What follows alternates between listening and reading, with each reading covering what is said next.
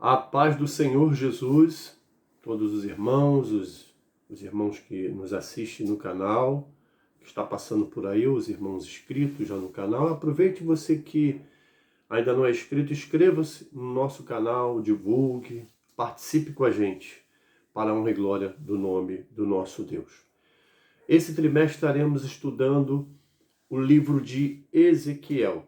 Nossa revista Betel está agora focada no livro de Ezequiel. Estaremos estudando a respeito da história e vida, de Ezequiel.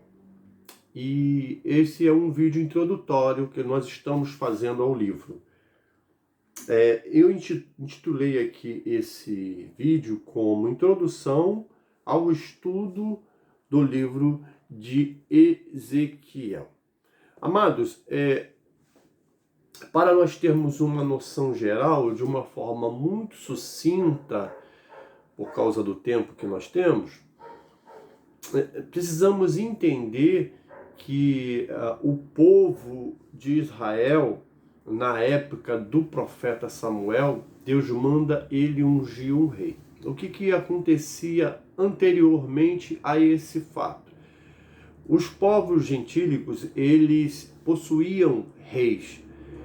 O povo judeu não tinha rei. O povo gentílico, ele tinha um sistema de governo monárquico. E os judeus tinham um sistema teocrático, Ou seja, existia uma linhagem nas nações de reis que se sucedia e eles eram, então, a autoridade máxima. No caso dos judeus, o sistema era teocrático, ou seja, Deus estava no comando, Deus é quem reinava para o povo.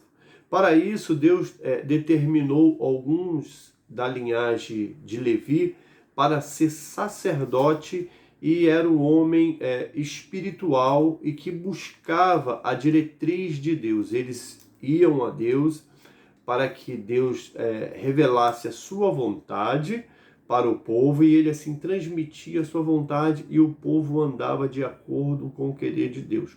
Funcionava? Sim, em princípio isso funcionava, Então, naquela época também tinha um outro personagem que partiu do próprio Deus. Aliás, vários outros personagens, de acordo com que o tempo ia passando, Outros sacerdotes seriam levantados e também existiam profetas de Deus. Eram homens que levavam a palavra de Deus ao povo. Na realidade, o profeta ele funcionava como essa função que eu falei primeiro dos levitas, Era o profeta que trazia a palavra de Deus para o povo, Era uma via de mão dupla, de Deus para o povo. Então lá de cima vinha o profeta de Deus para o povo. E aqui de baixo para cima vinha o sacerdote com a petição do povo lá para entregar a Deus as petições. Então o sacerdote levava a necessidade do povo para Deus e o profeta trazia a resposta de Deus, ou o mandamento de Deus, ou as ordenanças de Deus para o povo. Era assim que funcionava o sistema teocrático. Deveria funcionar muito bem, mas infelizmente no meio dessa trama existem uns personagens que se chama ser humano, e o ser humano é falho. Deus é perfeito, dava as ordens certas, falava com o povo, direcionava certinho, mas o povo muitas das vezes não seguia aquilo que Deus predeterminava ou determinava na ocasião. Então, muitas coisas aconteceram errado. Uma das coisas que o povo, em petição a Deus, errou, e aí por uma questão de vontade permissiva de Deus, Deus atendeu o povo, é a questão do sistema governamental. Eles olhavam para as nações gentílicas que tinha a monarquia e achavam que deveria ter um representante humano, ou seja, um homem, um líder, ou um rei. Então eles pediram um rei e aí começou o sistema monárquico em Israel. Como é que se deu isso? Primeiro Saul, Davi, Salomão, foram os três reis iniciais e mais conhecidas, e que a Bíblia tem maior relato e maior conteúdo, conta a história deles, de início ao fim, com muitos detalhes, muitas riquezas. Depois vieram outros reis, em que alguns deles são assim, dado capítulos na Bíblia apenas, outros até menos de um capítulo, então são dados menores. Então nós entendemos que esses foram os reis principais, lembrando que Jesus é descendente de Davi, da tribo de Judá, e por isso ele de acordo com a descendência, ele é rei também, né? Sem contar que ele é rei dos reis e senhor dos senhores, ele é o próprio Deus, ele faz todas as coisas acontecerem. Bom, então se deu esse sistema. Então vamos lá, vamos correr. Salomão, ele teve um filho chamado Roboão, e esse, ainda jovem, assumiu o reinado de Israel. E o que aconteceu? Ele resolveu não seguir os conselhos dos anciões, os experientes, resolveu seguir o conselho dos jovens. E os jovens aconselhou ele para que se tornasse mais pesado os trabalhos para o povo, e também os seus impostos. Em contrapartida, os anciões falaram que não era para liberar, e o povo já estava reclamando, né? Com isso, o governo dele teve um problema sério, e existia um personagem que era Jeroboão, que era fiel ao rei, né? E era verdadeiramente crente, tanto é que ele, em alguns casos do relato, né, bíblico, ele vai até contra o rei em atitudes que o rei deveria estar fazendo a vontade de Deus e não estava, né? Então, a priori, Jeroboão era uma espécie de conselheiro, mas com esse governar de Roboão, houve ali uma contenda, e ali Jeroboão se levanta, e aí contra a vontade de Deus, mas com a permissão de Deus, se levanta contra Roboão, e aí a coisa desanda, aí quando se dá a divisão dos reinos, aonde Israel ele é dividido 10 tribos para o reino do norte e 2 tribos para o reino do sul, né? E aí Jeroboão, que ficou com o reino do norte, Israel, né, que tem a capital Samaria, ele começou a entrar num caminho totalmente à parte de Deus, totalmente longe. Se hoje a gente fosse determinar, o termo seria desviado, não sei, desviado acho que seria, enfim, não era o termo que se usava naquela época, mas Jeroboão, ele se apostatou, não sei, talvez essa palavra caberia bem. Ele saiu da presença de Deus, buscou outros deuses e se enveredou pelo caminho da idolatria, a qual Deus tanto falava que o povo não poderia seguir esse caminho, até porque no Decálogo o primeiro mandamento é: não terás outros deuses diante de mim, e os judeus sempre levou isso ao pé da letra. Bom, o que houve aí a partir daí então? A partir daí então, Jeroboão entrando, foi um dos reis mais idólatras que a Bíblia fala, não sei se o maior, mas os 2 reis assim que a Bíblia pontua como reis que saíram totalmente da presença de Deus foi Manassés e Roboão. Roboão é o que ficou no reino do sul. Perdão, porque os nomes são parecidos. Jeroboão, Roboão, filhos do rei, ficou no reino do sul, em Judá, né, que é as tribos de Judá, Benjamim. E o reino do norte ficou Jeroboão. Então Jeroboão entrou por esse caminho de idolatria. O que ocorreu? Ocorreu que certa vez ele estava oferecendo sacrifício a outros deuses, não me recordo agora, teria que ler o texto para rever, mas parece que a Baal. E Deus levanta um profeta. É interessante que nós vamos estudar a respeito do livro de Ezequiel. A gente, muitas das vezes, podemos pensar que só existiam os profetas maiores e os profetas menores, que são os nomes conhecidos na Bíblia. Não, existia outros profetas e profetas de Deus. Alguns citam o seu nome apenas uma vez, outros 2 vezes, outros não citam nem o seu nome, como esse caso. Deus levantou um profeta que a Bíblia denomina como profeta novo, está registrado no capítulo 13 de 1 Reis. Esse profeta, Deus manda ele ir a Betel e profetizar contra o templo. Só que lá em Betel estava o rei Jeroboão fazendo sacrifício nesse altar. E ele vai para esse altar. Deus fala assim: você vai a Betel, não para em lugar nenhum, não fale com ninguém, não come. Principalmente não coma na casa de ninguém. Vai, profetiza, volta pelo mesmo caminho e não entra na casa de ninguém, não coma. Se possível, não se relaciona com ninguém.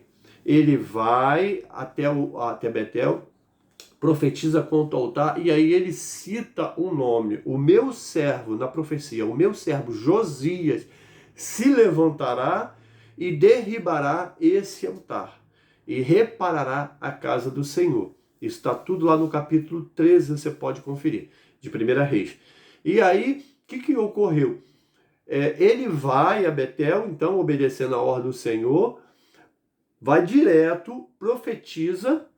Jeroboão está ali, fica irado com aquela profecia, que ele é o rei, ele é a autoridade máxima, e ele estava oferecendo sacrifício a outro Deus.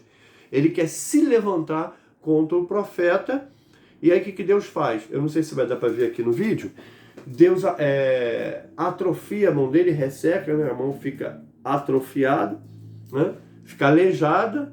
E aí ele clama ao profeta e fala: clame a Deus para que me cure. Então o profeta novo vai, ora a Deus, pede a Deus e a mão dele volta ao normal. Por esse fato, então, ele resolve não matar, porque a intenção dele era matar aquele profeta.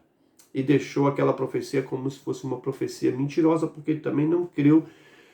E o profeta novo regressa, né? Mas tinha um profeta velho na cidade, e o filho dele viu a questão e foi lá e falou para o pai, e o pai falou: esse é o homem de Deus, e foi atrás do profeta novo. O profeta velho vai atrás do profeta novo, o profeta velho que morava em Betel vai atrás do profeta novo e fala assim: vem e come na minha casa.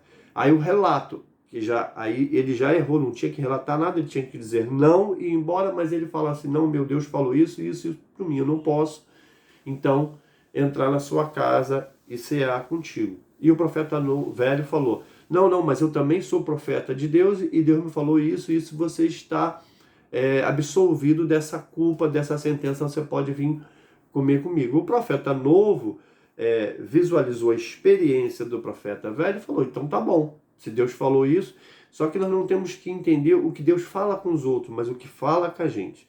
Se Deus falou com ele, se Deus tivesse alguma outra ordem diferente, o próprio Deus falaria com ele outra vez.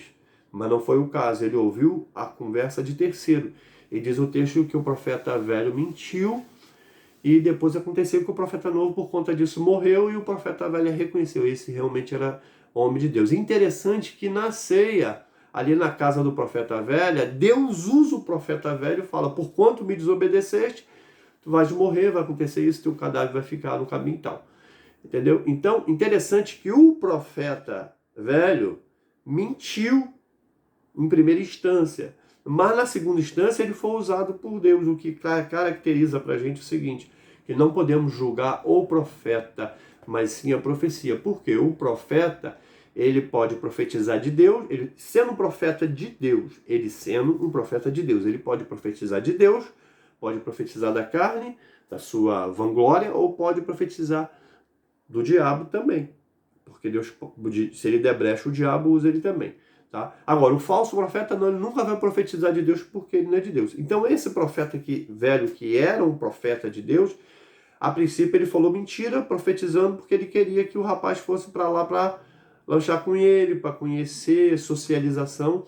Mas na segunda vez, ele não mentiu, ele falou de Deus e aconteceu que aquele profeta morreu. Por que eu estou falando isso tudo? O que isso tem a ver com Ezequiel? Vamos lá para frente. Então, avançando no tempo lá na frente, já no capítulo 20, oh meu Deus, acho que é 23, 24, não sei, lá na frente, se cumpre essa profecia, porque Deus levanta um rei, teve vários outros reis depois de Jeroboão, em Israel, voltado para a idolatria. Então lá na frente, Deus levanta o rei Josias, ao qual foi o rei que mais andou com o Senhor, restaurou o altar, restaurou os bosques, cortou os postes ídolos, né? Eliminou tudo e se voltou para Deus. Então ali parecia que Israel agora estava no caminho certo. Mas a partir desse episódio, e ali já estava também ainda muito jovem, o profeta Isaías, que era contemporâneo de Jeremias, de Ezequiel, que provavelmente ainda iria nascer ainda, mas ele foi contemporâneo, viveu na época. O que aconteceu? Naquela época de Josias, parecia que tudo ia bem, mas Deus começou a levantar alguns profetas já para falar sobre um juízo, sobre um cativeiro, porque Deus ele não olha o aqui e agora. Nós olhamos o aqui e agora, mas Deus olha o futuro e sabia que a nação e os filhos de Josias iriam se corromper, né? Então, o que aconteceu? Naquela época, no contexto histórico, os caldeus, né, da Babilônia crescia muito em aparato militar. E naquela época, a força do momento era a Assíria, né? E também crescia muito o poderio militar dos egípcios. Então, muitos visavam a Síria por ser a primeira potência, por querer estar por cima, ser o império, ser o que manda, né? Então, o que aconteceu? Existiam algumas guerras entre esses países, né? E na iminência de Babilônia atacar a Síria, né? Faraó Neco, com seu exército do Egito, tenta fazer algumas alianças, né? Tenta se opor, e ali na passagem por Jerusalém, no Reino do Sul, né, ele acaba destituindo o rei de Israel, que era ali no momento. E o que houve? Depois, mais tarde, sobe a Babilônia também para atacar a Síria.